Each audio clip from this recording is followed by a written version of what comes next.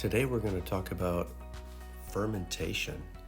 And fermentation just resets this first stage of cellular respiration. Recall that cellular respiration is in three parts. Number one, glycolysis. Number two, the citric acid cycle. Number three, the electron transport chain, also called oxidative phosphorylation because oxygen is required. Oxygen is required.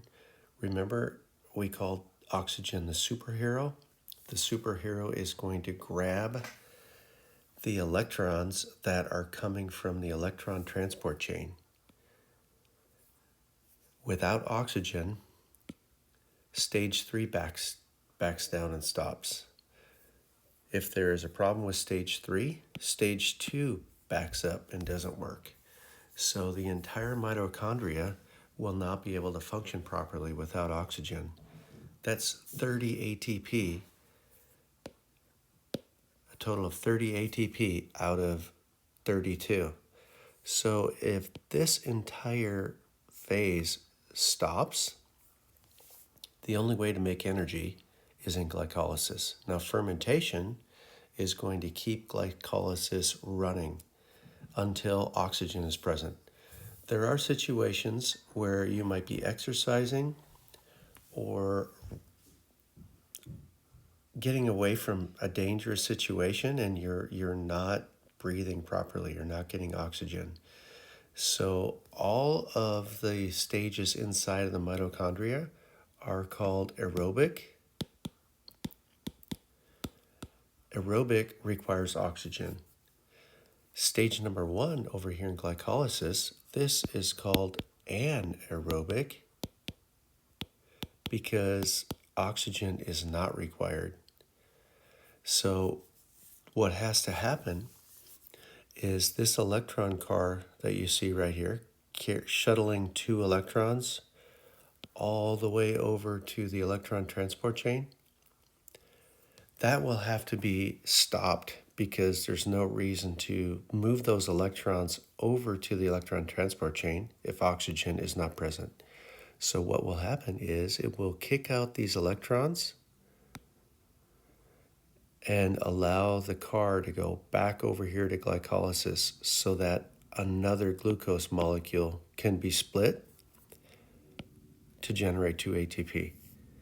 So we're going to go over the details of how this happens. To keep glycolysis moving, it is the backup fail-safe mechanism for animals to be able to make some energy in the form of ATP when oxygen is not present. So let's dive into the details. Here's our fermentation and biosynthesis worksheet, which is to be completed during class today. Here are the details with glycolysis. You see that it looks like the same picture on the left and the right, but the one on the left occurs in animal cells,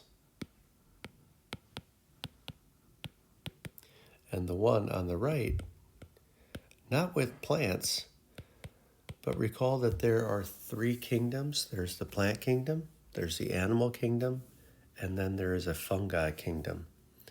So this is actually in the kingdom of fungi. And we'll cover that one after animals. So zooming in to this picture. This is stage 1 in cellular respiration. And remember, the purpose is to generate 2 ATP. So if we find ourselves in a situation where there is no oxygen, go ahead and write that, no oxygen. This is the only way to make energy. Energy is needed in the form of ATP, but we're going to get the energy out of glucose, remember? This is the fuel source. And specifically, we're going to get the electrons that are right there between the middle 2 carbons. We're going to grab those 2 electrons, and when you break that covalent bond, you are going to pull those 2 electrons and put them right there. So these are 2 electrons. And normally, this guy would go to the electron transport chain.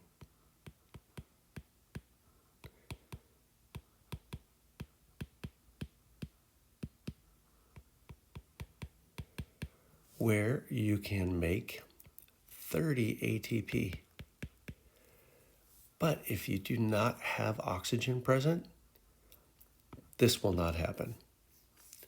So we're going to only be able to make 2 ATP.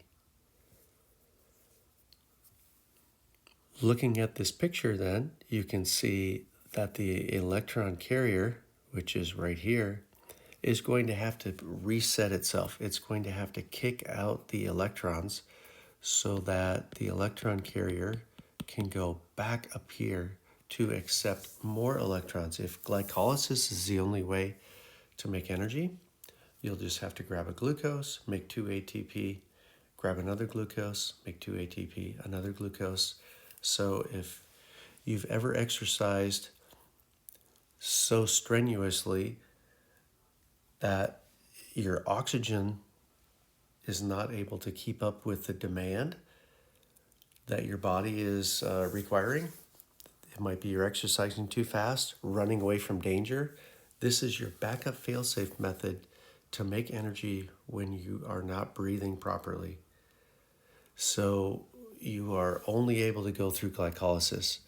So what is needed to keep glycolysis going?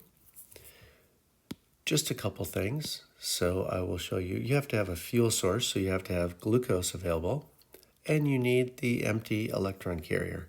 As long as these 2 things are available, you will be able to just split glucose, make 2 ATP. Split glucose, make 2 ATP. So now we can answer the questions. What type of organisms can produce lactic acid during fermentation? Animal cells. What is the gas that is missing that will cause fermentation to occur? If you don't have oxygen, you can't go through cellular respiration, so only glycolysis will work. How many ATP are generated? Only 2 ATP. And what happens if this is happening? This is called fermentation, and specifically it's called lactic acid fermentation or lactate. So look at the end result. When you kick the 2 electrons out of the electron carrier, they go into pyruvate right here, and it's going to change pyruvate into lactic acid. Lactate then becomes lactic acid, and this is the burn that you feel in your muscles. So it builds up and it will hurt. So after some time, this is going to be painful and it will cause you to stop so that you can catch your breath, breathe properly, and fill your body with oxygen. When that's the case, this lactic acid will then turn back into pyruvate, and then this goes to the electron transport chain. So this is our backup fail-safe method in order to make energy. What happens to muscles when lactic acid builds up? It will cause a burn in your muscles. So this is the key question right here. How does fermentation occur? What happens to the electron carrier? Remember, the electron carrier has 2 electrons in it, and it's going to, if oxygen is present, go to the electron transport chain. But if oxygen is not present, the electron carrier will reset itself. And by resetting, it is going to remove the electrons that it's carrying.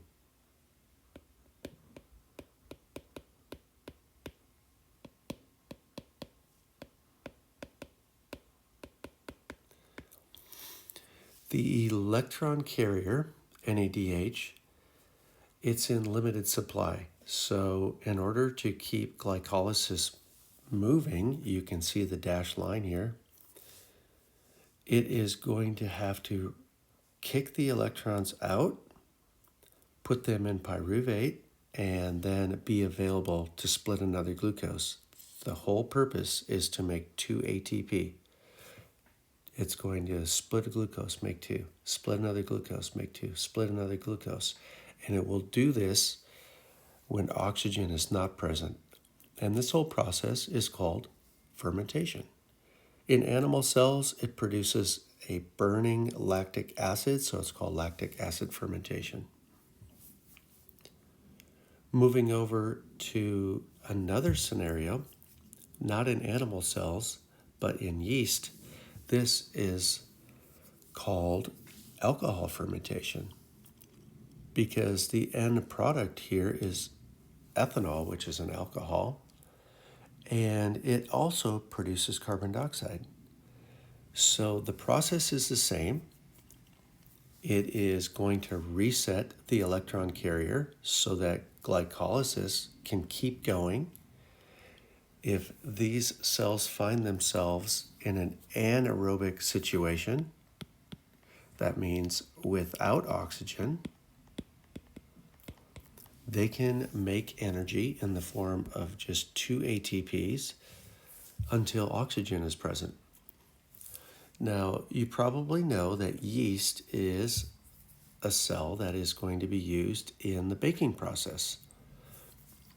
So if yeast is put into dough, it's so tightly packed that oxygen doesn't get inside of the dough, so the yeast will find themselves in an anaerobic state with no oxygen. So the only way that they can function is to make ATP during glycolysis, and they will split a glucose, make 2 ATP, reset the electron carrier,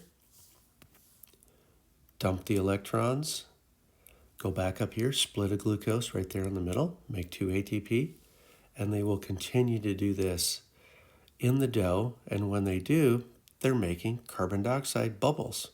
So if they're in the dough, they are producing a little gas bubble, which is going to make an air pocket in the bread and puff the bread up.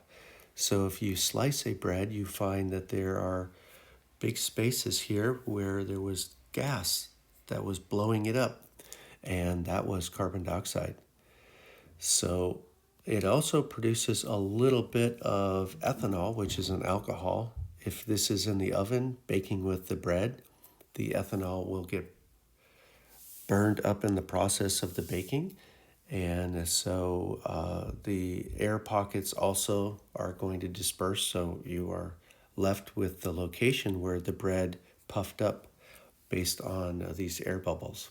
So that's what makes bread rise during baking process. So let's see if we can answer all the questions now. What type of cells undergo alcohol fermentation? They are called yeast cells. How many ATP are made? Again, just 2 ATP. What molecule has to be reset? It has to be the electron carrier. And the electron carrier, it is called NADH. So it's the electron carrier right there. The only way for glycolysis to keep going, just to keep going like in a circle here, is to reset that electron carrier because it's in short supply. This is called alcohol fermentation because not only does it make carbon dioxide bubble, but it also makes alcohol. What's the main goal here? The main goal is to make ATP, and fermentation has to reset the electron carrier.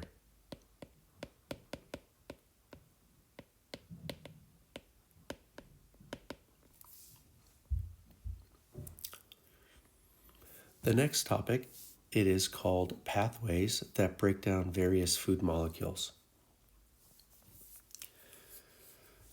What you see in this picture are the 3 stages of cellular respiration, making energy from food. So we have glycolysis, first step, citric acid cycle, number 2, and the electron transport chain. It's also called oxidative phosphorylation because oxygen is needed.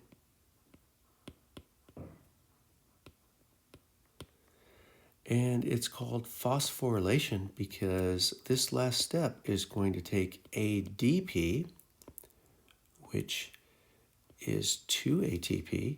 It's going to add a third phosphate, and it's going to make it into ATP, which is 3 phosphates. So it's adding a phosphate, so that's why it's called phosphorylation. Oxygen is required, so it's called oxidative phosphorylation.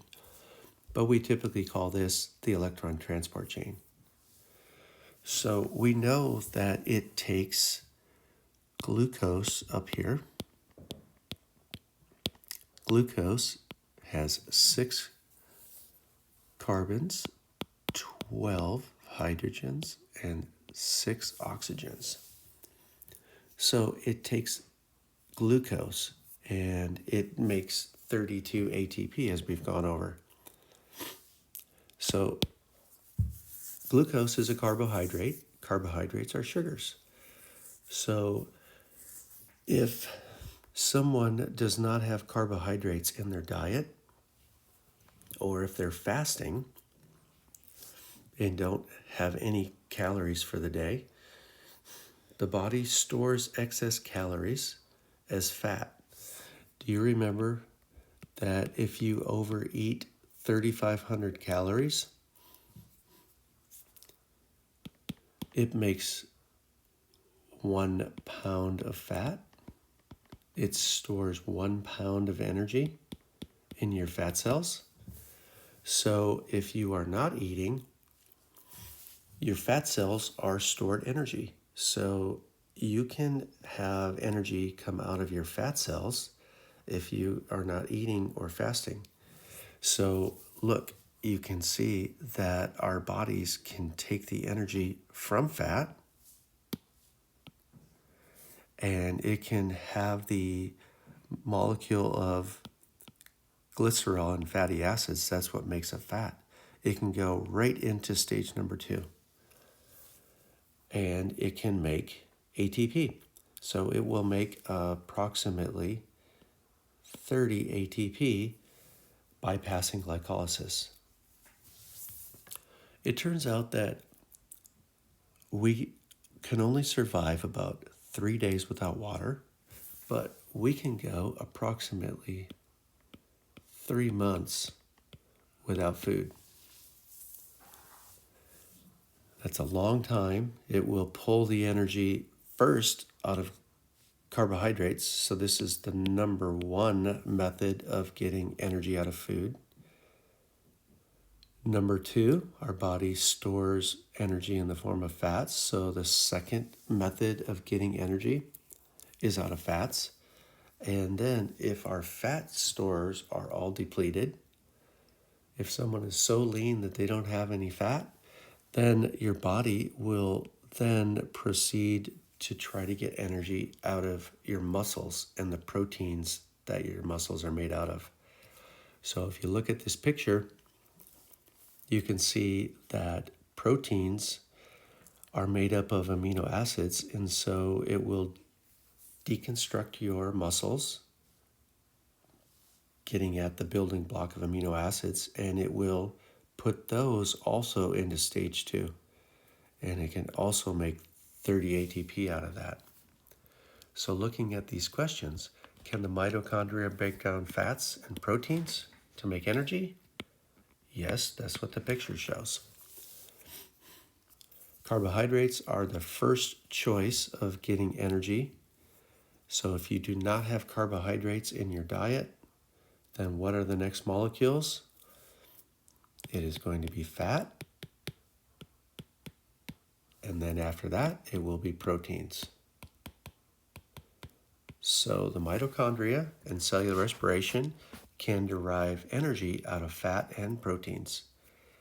Where do fats and proteins get broken down during cellular respiration? In stage 2, in the citric acid cycle.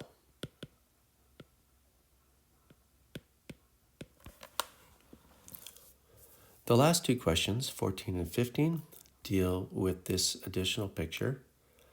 In Chapter 6, Section 17. This talks about how your body can build up fats and proteins. So if you have carbohydrates in your diet, sugar, right?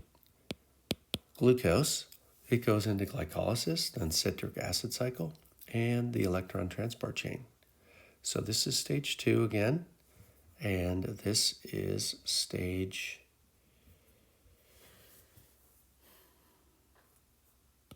3.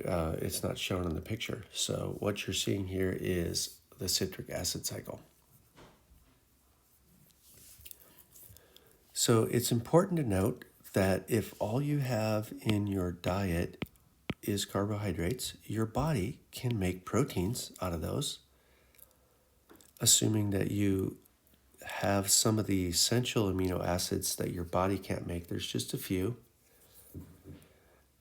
It can make proteins.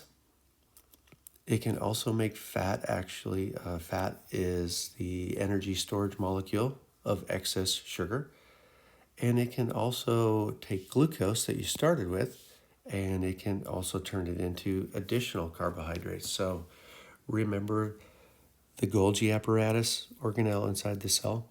That can repackage different things, modify proteins, modify molecules, and then send them out of the cell. So looking at this picture, the citric acid cycle that you see right here has the ability to stop the cycle and have molecules come out of here of amino acids so that you can make proteins out of that. Also, you can see in this picture that the citric acid cycle can have fats synthesized. So this word synthesis means to make, and it says biosynthesis because the biomolecules are carbs, fats, and proteins. So the mitochondria in cellular respiration has the ability to make proteins, fats, and other carbohydrates. So let's look at these questions. Can cellular respiration make the molecules necessary to build up your body, which is made up of carbohydrates, fats, and proteins? Yes. Is ATP needed to drive biosynthesis? Yes, energy is required. And you can see right here that it says ATP is needed to drive biosynthesis. So these molecules are going to take energy to build them up, and the energy currency or molecule is ATP. Very interesting, isn't it? So please turn in these completed notes as your homework assignment.